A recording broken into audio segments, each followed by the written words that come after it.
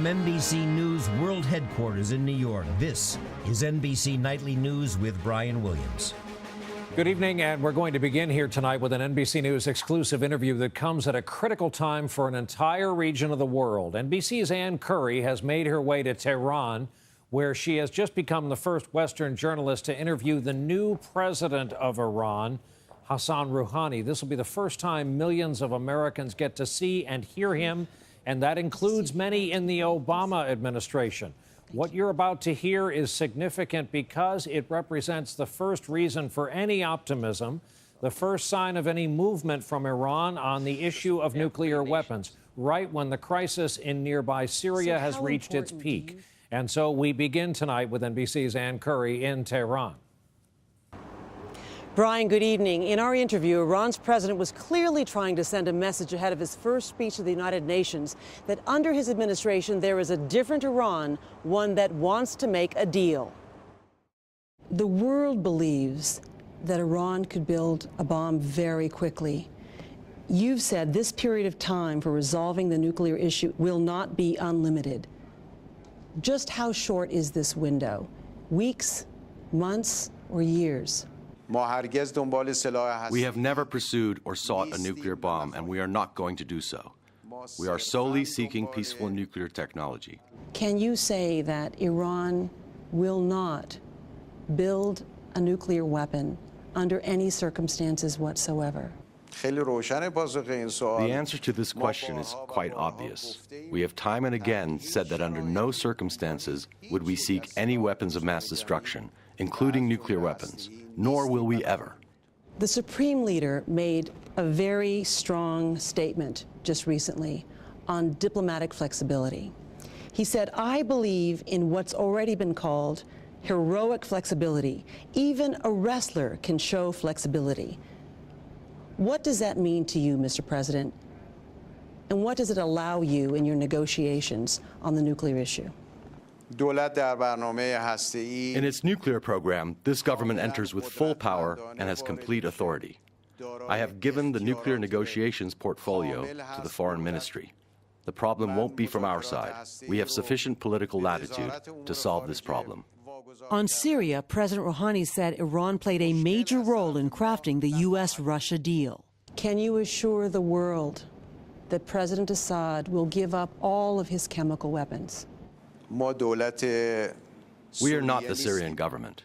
We are one of the countries of the region that seeks peace and stability and the elimination of weapons of mass destruction in the entire region.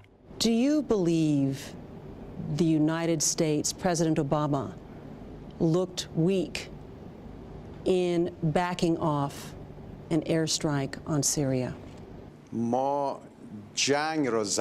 We consider war a weakness.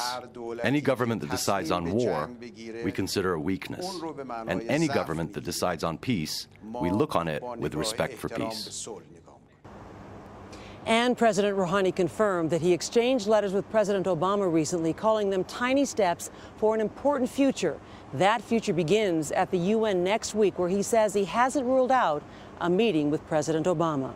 Brian? All right, Ann Curry by satellite from Iran tonight. Ann, thanks. Much more of it. And now we've got that exclusive interview with Iran's new president, Hassan Rouhani. He is speaking out for the first time in 8 years to NBC's Ann Curry about a wide range of topics, including nuclear weapons, his predecessor, and the censorship of Iranian citizens. Ann is in Tehran this morning, where she spent time with Iran's new leader. Ann, good morning to you. Savannah, good morning. Iran's new president was clearly reaching out to the West, saying the time is now to make a deal.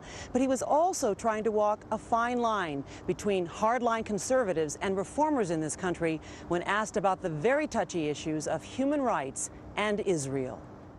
Mr. President, these are Israeli Prime Minister Netanyahu's words, not mine. He has said about you, his strategy is to be a wolf in sheep's clothing. Smile and build a bomb. Can you say now categorically then that Iran will not build a nuclear weapon under any circumstances whatsoever? Firstly, an occupier and a usurper government that does injustice to the people of the region and has brought instability to the region with its warmongering policies shouldn't allow itself to give speeches about a democratically and freely elected government. We have clearly stated that we are not in pursuit of nuclear weapons and will not be. Much of what Americans think about Iran is influenced by your predecessor and some statements that he has made. So let me ask you. President Ahmadinejad said the Holocaust is a myth. Do you agree? I'm not a historian. I'm a politician. What is important for us is that the countries of the region and the people grow closer to each other and that they are able to prevent aggression and injustice. President Ahmadinejad had people believing that he wanted to wipe Israel off the map. Do you agree with this?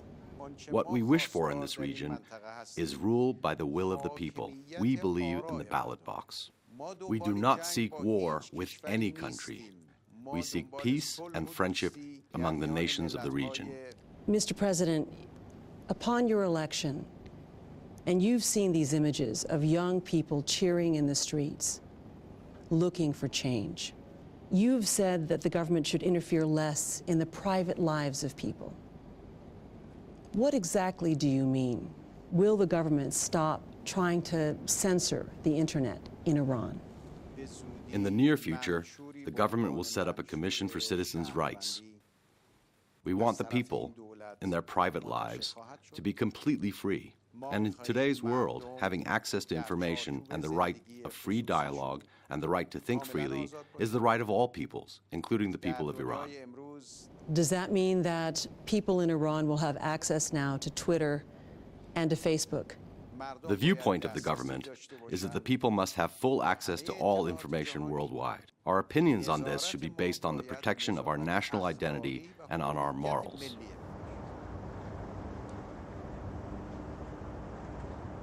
As for that part about the Holocaust, while President Rouhani did not deny the Holocaust, as President Ahmadinejad had done, his non-answer will likely raise a lot of eyebrows. Savannah? Yeah, could be telling. Ann Curry with an exclusive interview this morning. Ann, thank you.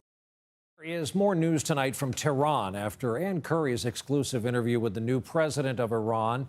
She is the first Western journalist to have access to Hassan Rouhani, and the reaction continued today to what he said, especially what he said concerning nuclear weapons. In a moment, some of that reaction. First tonight, Ann has more from Tehran on what happens when Rouhani comes to the U.S. next week. Ann, good evening. That's right, Brian. Good evening to you. The strong statements from Iran's new president that he would never build a nuclear weapon and has full authority to negotiate a deal has sparked growing anticipation, especially here in Iran, about what might happen when he goes before the United Nations next week. Are you willing to meet with President Obama in New York at the United Nations? I do not have any plan to meet President Obama in our agenda. Would you be against meeting with President Obama in the near future, Mr. President? Well, anything is possible in the world of politics. It depends on the necessary conditions. Mr. President, President Obama has revealed that you and he have exchanged letters. Could you please describe the tone of those letters? He congratulated my election and some issues of his interest raised in the letter. I responded to that letter. I thanked him and expressed Islamic Republic of Iran's viewpoint. From my point of view, the tone of the letter was positive and constructive. Do you see it as a foundation? It could be subtle and tiny steps for a very important future. President Rouhani was very careful when asked about Iran's recent past. Much of what Americans think about Iran is influenced by your predecessor and some statements that he has made. So let me ask you. President Ahmadinejad said the Holocaust is a myth. Do you agree? I'm not a historian. I'm a politician. What is important for us is that the countries of the region and the people of the world grow closer to each other and that they are able to prevent aggression and injustice.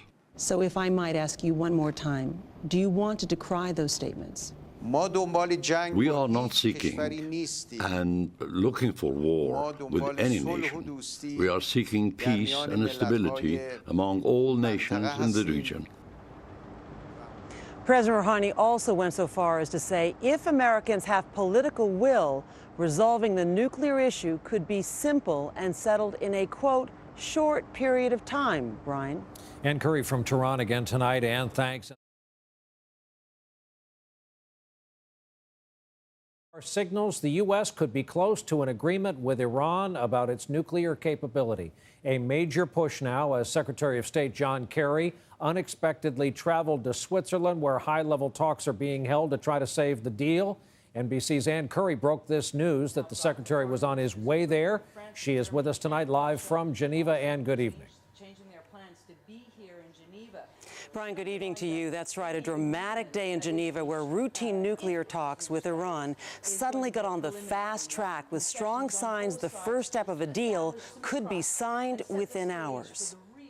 One by one they came, Secretary of State Kerry and his counterparts from Britain, France, and Germany. It all raised expectations that Kerry felt obliged to lower. There are still some very important issues on the table that are unresolved. But for the first time since the hostage crisis of the 70s, the U.S. and Iran are really talking at the highest levels, making progress toward a first step to curtail Iran's nuclear program in return for a temporary reprieve from some economic sanctions.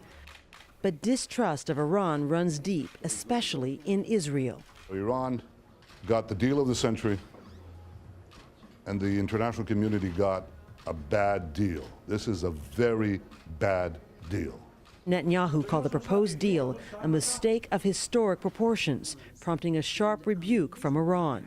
It's a mistake of historic proportions to try to trade in fear, to create an atmosphere of tension, and I believe it would be an even bigger historic mistake to listen to it. President Obama insists any deal with Iran will be subject to verification. So we don't have to trust them. What we have to do is to make sure that there is a good deal in place from the perspective of us verifying what they're doing.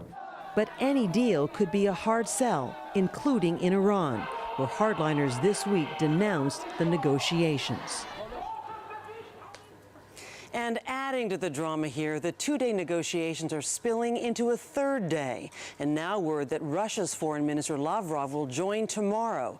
That's 6 foreign ministers focused on breaking this impasse. Brian? Ann Curry live from Geneva for us tonight. Ann, thanks.